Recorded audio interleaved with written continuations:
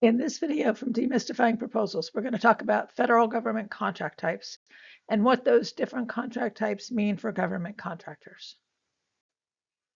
These are the basic contract types. There's firm fixed price, or FFP.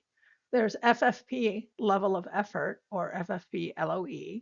There's cost plus contracts, and there's three different kinds of those. We'll talk about each: CPIF, CPAF, CPFF. There's time and material contracts. And then there's another contract type, which is called indefinite delivery, indefinite quantity, or IDIQ. But that's generally used for vehicles, not task orders. So we're not going to be talking about that in this particular video. This slide lists the definition for firm fixed price contracts out of the FAR. Two things I want to draw your attention to. One is that there should be definite functional or detailed specifications. And the second is that the contractor is willing to accept a firm fixed price contract, because the risks for a firm fixed price contract lie on the contractor, as we'll talk about. So under a firm fixed price contract, the government pays a set price, which places the maximum cost risk and the potential for maximum profit on the contractor. So price is set at award, usually based on the deliverables and the period of performance. And work needs to be, quote, adequately defined in section C, or the statement of work or the performance work statement, wherever the work is defined. So vague terms in how the work is defined increase the risk to the offerer that there may be requirements that the offerer didn't account for when they developed their costs and price and bid on this firm fixed price contract. Price generally doesn't change regardless of the contractor's performance costs. So payments for changes in costs, if there are any, they'll require a modification to the contract, which generally is discouraged, but does happen on occasion. Contractors can make more money by being able to do the work with fewer or cheaper staff, which lowers their costs, and therefore the difference between their costs and that fixed price is more, or being able to do the work more quickly, again lowering the contractor's costs, which again gives them more money because the price has already been set under the firm fixed price contract. So a firm fixed price pricing proposal by the contractor should be based on the period of performance and the deliverables, what you are required to produce and in what time frame. In that time frame, how many people and what kind, the labor categories, do you need to get the work done? Then add your margin or your profit, and that's your price for each contract line item number of the proposal, the CLIN structure, which is found in section B. We talk about that in several of our other videos. Note that the government doesn't get to see those first two bullets. They don't get to see how many people on LCATs and your margin. They only get to see the total price for each contract line item number for each CLIN of the proposal. That's why it's firm fixed price. Because the government should not ask for the margin information, FFP contracts can be lucrative for the contractor. So not only on what we said on the previous slide, you can add more margin than you might under other contracts, because it's not the amount of the margin isn't visible to the government. They don't know how much you're charging. However, the government does sometimes ask for that information, even though it shouldn't under a firm fixed price contract. So just be aware of that. And sometimes the government restricts the number of hours the contractor can work, even though theoretically that's on the contractor to manage. So that shorter timeline, if you throw more resources at something to get it done, make more money, that might not always be possible depending on how the government is managing the contract. So just things to be aware of when you're looking at developing your pricing proposal. So your proposal in general for a firm fixed price contract type should be driven by the deliverables, which should be listed in the RFP somewhere. And the companies usually get paid when they deliver a deliverable on time and well done. So the government should primarily use an FFP contract type when the scope of the contract is well defined. That's in the FAR definition, right? That the work needs to be well defined in order for the government to use an FFP contract.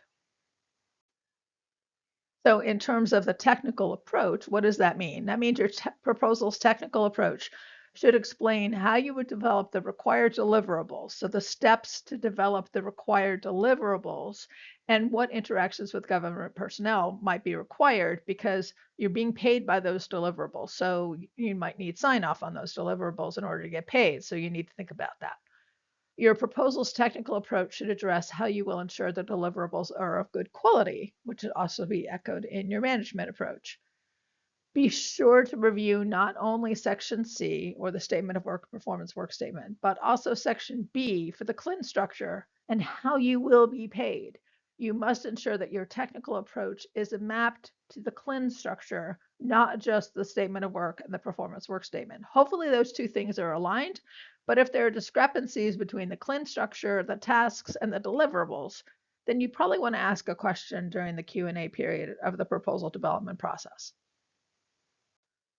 When it comes to the management approach for a firm fixed price contract proposal, your management approach should explain how you will meet the deliverable schedule. Your management approach should address how you will ensure the deliverables are of good quality.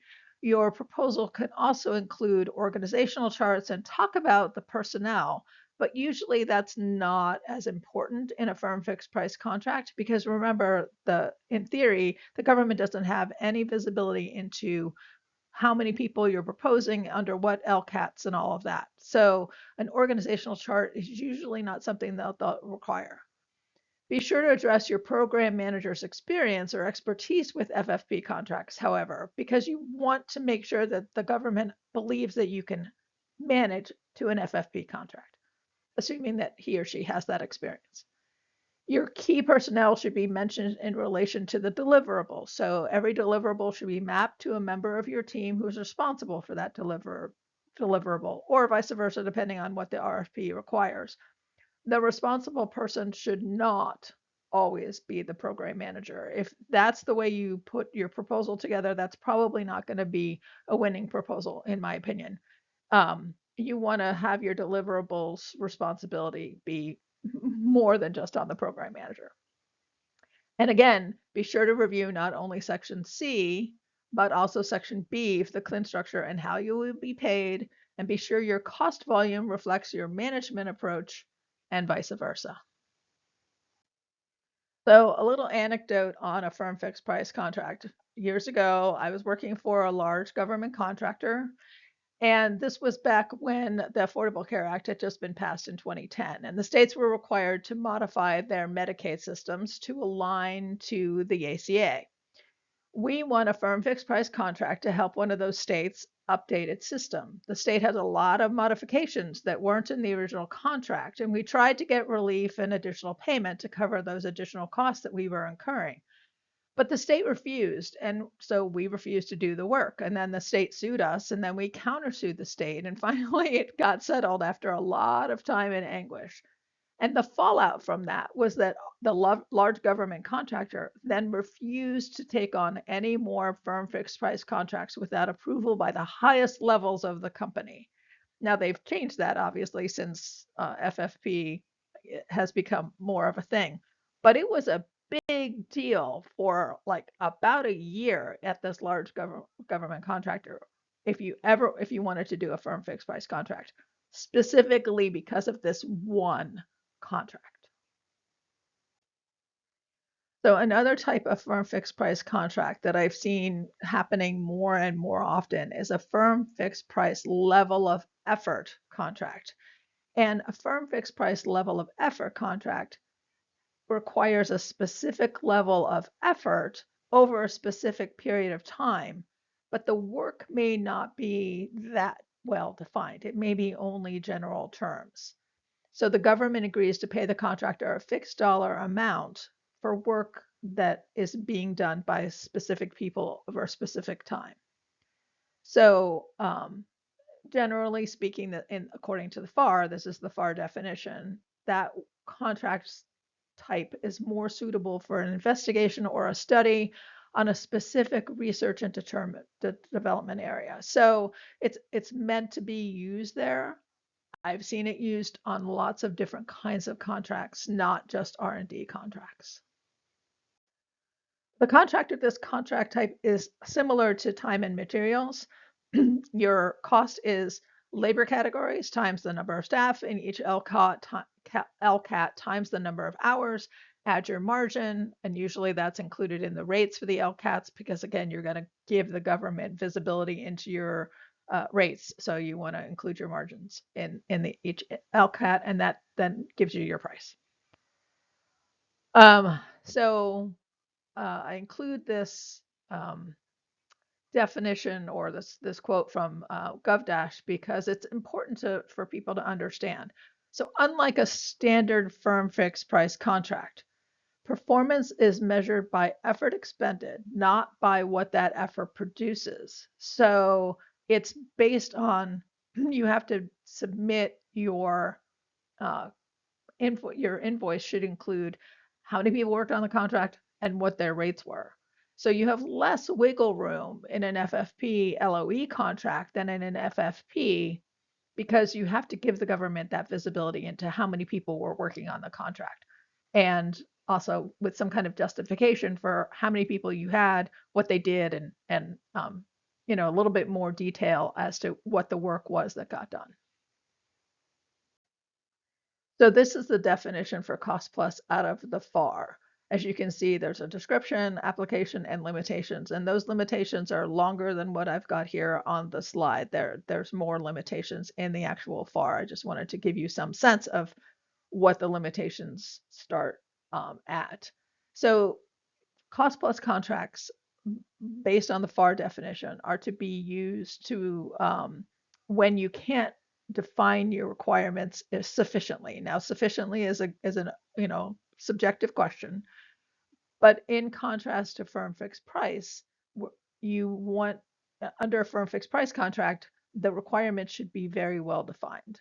Under a cost plus contract, the requirements may be a little squishier, and so that's part of the reason that they give you a firm fixed price contract because they're going to pay you payment of allowable incurred costs. They're going to pay you based on what is acceptable to them for you to have incurred as your costs. So again, out of the FAR, there are three types of cost plus contracts. There's cost plus incentive fee, cost plus award fee, cost plus fixed fee. So a cost plus incentive fee, or CPIF, is what we use for the shorthand. You get paid based on the relationship between your total allowable costs and the total target cost. So if you do your work a little bit better, a little bit more cheaper, then you might make some money off of that. That's how I interpret that. Cost plus award fee contracts, in the contract itself, you get paid for your allowable costs, but then you also get an award if you do a good job.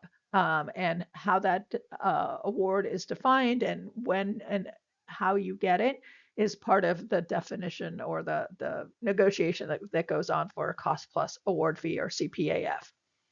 CPFF or cost plus fixed fee contracts, there's a negotiation at the beginning that you get a certain fixed fee, assuming you do the work well. However, that can be adjusted as a result of changes in the work. So it gives the government a little bit more squishiness in how the contract costs might be handled. So one of the things to keep in mind for cost plus contracts is this quote from the Defense Acquisition University. Cost plus contracts are ideal for research, development, and uncertain projects where the scope is hard to define. The government pays the contractor's allowable incurred costs. So allowable is an important word there. Incurred is another important word there. Up to a specified ceiling, placing the cost risk on the government. So unlike a firm fixed price contract where the risk is on the contractor, under a cost plus contract, the risk is on the government. So that's a big difference and part of the reason why they don't like to use cost plus contracts. So again, a cost plus contract should be used when the requirements are not well defined easily in section C or the statement of work or the performance work statement. So if you've never done a cost plus pricing proposal, they're more complex than the average pricing proposal. You will have to provide a lot more documentation to support your price and your costs to the government. So you have to provide the details of the staffing, the LCATs, the people, how many of each people, all of that, all of those details have to be provided. And then you also need to provide the staff costs, usually in the form of pay stubs for the staff being proposed. And so that's pretty invasive for a lot of people. Some people really don't want to be bid on a cost plus contract because it gives the government insight into how much they're getting paid. So, and if you have people on your contract, your cost plus contract, who are paid particularly well, that can be a little bit of a problem from a cost plus perspective. So those are things to think about. Your margin is not added to the rates here. It's added to the rates in other contract types, but here you're not adding your costs are your costs for the people and how much it actually costs the contractor to have those people on the contract. But then you do get to add a margin to the overall costs, and usually that's a pretty low margin. So for firm fixed price contracts, because the risk is on the contractor, a contractor often can have a pretty high margin because they're taking a big risk. Cost plus is the other way around. Since you're getting paid for all of the work that you're doing, the actual work that you're doing, you're getting paid for. The government doesn't give you a lot of opportunity to add a lot of margin, add a lot of profit to that. So and then the details of how CPIF and CPAF and CPFF work are specific to each kind of contract, what the specific incentives are, or what the specific award fee plan looks like, or what the fixed fee contract looks like. Those are all very specific to each kind of contractor. But contractors need to be really careful with the fine print to ensure that they can meet those requirements to get those additional fees, whether it's incentive fees, award fees, or fixed fees. CPIF is the easiest to justify, but the most challenging to manage too. CPAF is subjective, right? It's award fee. So if you have a good relationship with the government on this particular kind of contract, then that can be a really lucrative thing. But if you don't, then you might not get your award fee, and then that could be a big problem for your company, depending on how big the award fee was supposed to be. And then CPFF has more requirements on both sides. And as noted in the FAR, could be used as an incentive for contractors if the work is a little squishier than other kinds of contracts. So again, we wanted to provide a little anecdote on a cost plus contract. In this case, working for a large government contractor, again, in relationship to the Affordable Care Act in 2010. We won a big CPAF, a contract cost plus award fee contract to help CMS update its systems to be able to confirm whether people were eligible for Medicare and Medicaid against a database that the company already managed. Because the legislation was so new, though, CMS wasn't sure what all the rules were going to be, and so a cost plus award fee contract made sense, and we were happy to do that. Because we performed well, we earned that full award fee. We earned the full fee on that cost plus award fee. And that contract became one of our company's signature contracts. Okay, time and materials. Here's the FAR definition for time and materials. There's actually 2 slides related to this because it's a pretty complicated FAR definition. So the FAR definition here is talking about direct materials. So that's the materials part of time and materials. And then the hourly rates for the people performing that work. So that's the time. So the definition of what materials are is very prescriptive. And so you need to make sure that you understand that when you're doing a time and materials contract.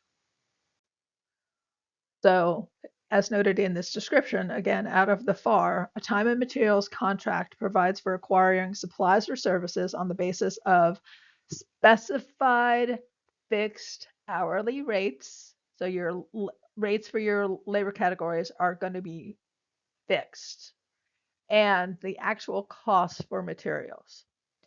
So time and materials contracts should only be used when it is not possible to define the work with any reasonable degree of confidence. So the government really doesn't like time and materials contracts, um, at least in this FAR definition. That seems to be the way they're leaning towards T&M contracts.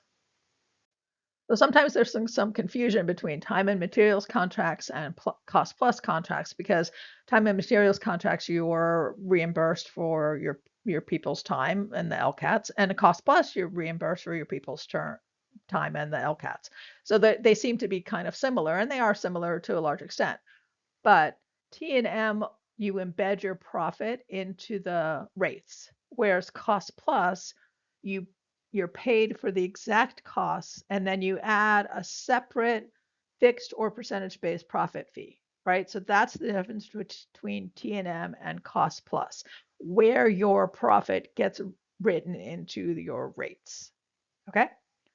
The other difference is obviously the materials, the actual equipment, not just services, that is included in a time and materials kind of a contract. Cost plus doesn't usually reimburse you for things like if you have to buy equipment or servers or whatever you might have to buy. That's not usually included in a cost plus contract. That would be more likely a time and materials contract. But contractors then can make money by adding their margin to their LCAT rates under a time and materials contract, right? So the government doesn't get visibility, just like under a firm fixed price contract, they don't get visibility into the margin that you're adding to the LCAT rates. So you can potentially make money, contractors can potentially make money by adding their margin to their LCAT rates. However, there's also risks about whether you can hire staff at those rates and still make um, the margin. So if you have to hire again in that same position, can you hire somebody at that rate that you bid originally, or how much is that going to eat into the margin that you're going to make off of that person if you have to pay them more? So when it comes to the proposals for these kinds of contracts, for cost plus and T&M contracts, those proposals are usually more driven by the expertise of the personnel, right? So in both of those contract types, you actually have to tell the government, I'm using these labor categories, I'm using and I'm using the mix of the personnel. So it makes sense, right? That's the kind of contract that it's driven by the people. And the scope, again, may be squishy, right? That's the whole point of a cost plus or a T&M contract, that the scope may not be entirely defined yet, or how the work gets done may be more driven by the contractor than by the government. So your proposal should explain how your staff's expertise will be used to meet the requirements of the statement of work or the performance work statement, and your approach to the task requirements will be more compelling if assigned to individuals such as the program manager, the technical lead, or other subject matter experts. So tie your tasks to the people who are going to be bid. The technical approach for a cost plus or T&M contract is probably more typical of how we generally think of technical approaches, where you do step 1, step 2, step 3.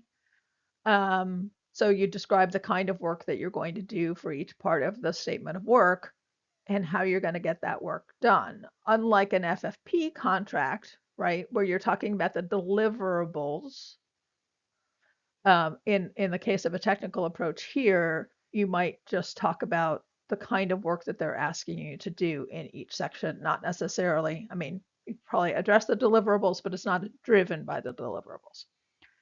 But again, the same, we caution you to be sure to review not only the statement of work, the performance work statement, but also section B for the CLIN structure. If there are discrepancies between the CLIN structure and the tasks and the deliverables, be sure to ask questions during the Q&A period. And again, because cost plus and T&M contracts are driven by labor categories and your people, Your proposal's management approach should explain how your staff's expertise will be used to meet the requirements of the statement of work or the performance work statement.